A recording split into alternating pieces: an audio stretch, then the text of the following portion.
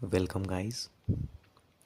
हमने स्टार्ट की थी पैथोफिजियोलॉजी सीरीज़ और आज हम देखेंगे फीवर को ही बोलेंगे पायरेक्सिया। तो चलो स्टार्ट करते हैं। पैथोफिजियोलॉजी सीरीज़ में हम ऑलरेडी कवर कर चुके हैं STD and AIDS, hypersensitivity, hepatitis और इन्फ्लेमेशन। आज का टॉपिक है फीवर, जिसे मेडिकल लैंग्वेज में पायरेक्सिया कहते हैं। यह टॉपिक इन्फ्लेमेशन, इन्फेक्शन और फार्माकोलॉजी को डायरेक्टली कनेक्ट करता है। इस वीडियो के बाद फीवर का एग्जैक्ट मैकेनिज्म क्लियर हो जाएगा। इंडोजीनियस और एक्सोजीनियस पायरोजेंस कभी कंफ्यूज नहीं होंगे और एंटीपायरेटिक ड्रग्स का mechanism of action plus exam points याद हो जाएंगे। तो मेरे साथ एंड तक बने रहना। वीडियो अच्छा लगा तो लाइक करना, शेयर करना और सब्सक्राइब करना मत भूलना। चलो चलते हैं आगे। What is fever? Fever यानी pyrexia is a controlled rise in temperature in a body due to resetting of hypothalamic set point by pyrogen. Fever is controlled rise in body temperature due to the resetting hypothalamic set point by pyrogens. Simple line में देखेंगे, fever मतलब body का thermostat ऊपर set हो जाना। ठीक है, fever मतलब बॉडी का टेम्परेचर ऊपर जाना। ठीक है, चलो। नॉर्मल बॉडी टेम्परेचर क्या होता है? 37 डिग्री सेल्सियस और फ़ारेनहाइट में 98.6 डिग्री फ़ारेनहाइट। फीवर कब होगा? जब 38 डिग्री से ज़्यादा होगा। एमसीक्यू पॉइंट क्या होगा? Fever is not same as hyperthermia. Hyperthermia एक डिफरेंट टर्म है और फीवर एक डिफरेंट टर्म है। ठीक है, अब देखेंगे फीवर और हाइपरथर्मिया का डिफरेंस क्या होगा। फीवर में क्या होता है? सेट पॉइंट चेंज होता है। हाइपरथर्मिया में एक पॉइंट सेट पॉइंट नॉर्मल होता है। फीवर में कंट्रोल्ड प्रोसेस होती है और हाइपरथर्मिया में अनकंट्रोल्ड होती है। फीवर में रिस्पॉन्ड टू ड्रग्स और हाइपरथर्मिया में does not respond to antipyretics. ठीक है, ध्यान में रखेंगे। अब देखते हैं pathophysiology of fever step by step.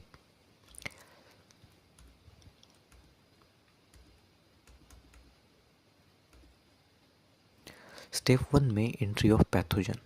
Exogenous pathogen जो बाहर से आएंगे, बैक्टीरियल होंगे, जो वायरस होंगे, और इंडोजीनियस पैथोजन में आएंगे IL-1, IL-6, TNF अल्फा। ठीक है, स्टेप 2 में देखेंगे action of hypothalamus.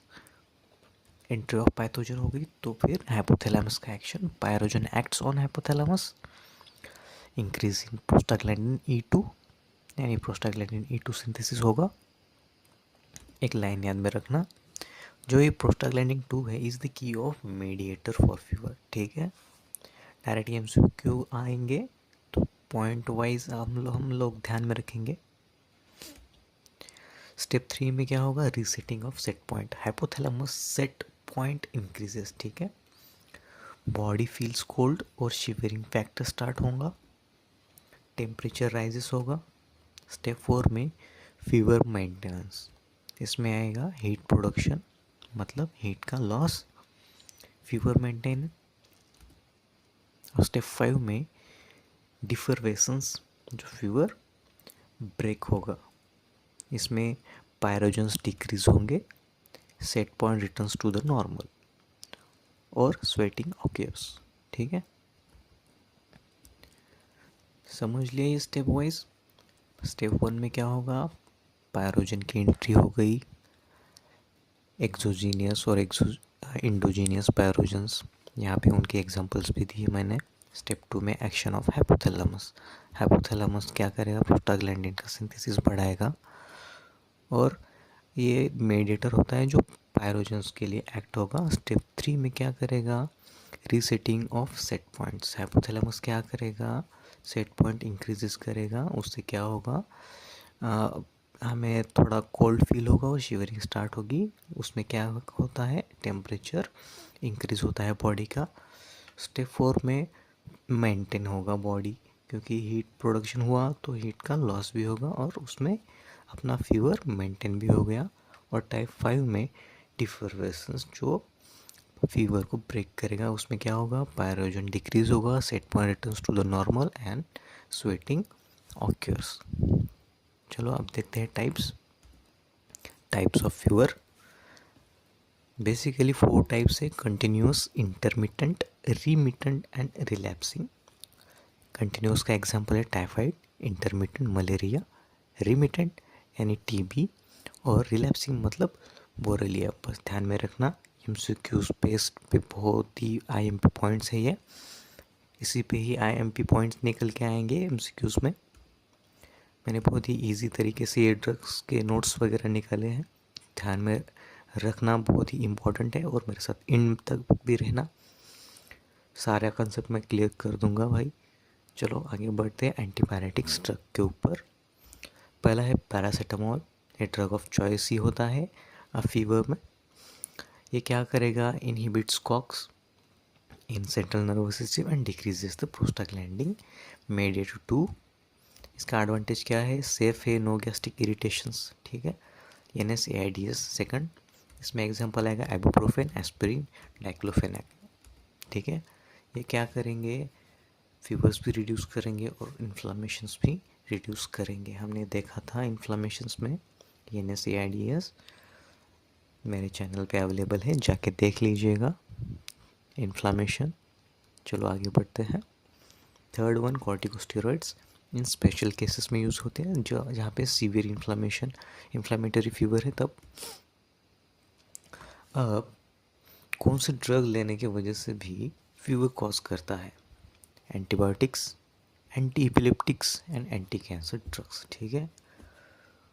Fever without infection है तो सस्पेक्ट ड्रग इंड्यूस्ड फीवर, ध्यान में रखेंगे, ये गोल्डन लाइन है।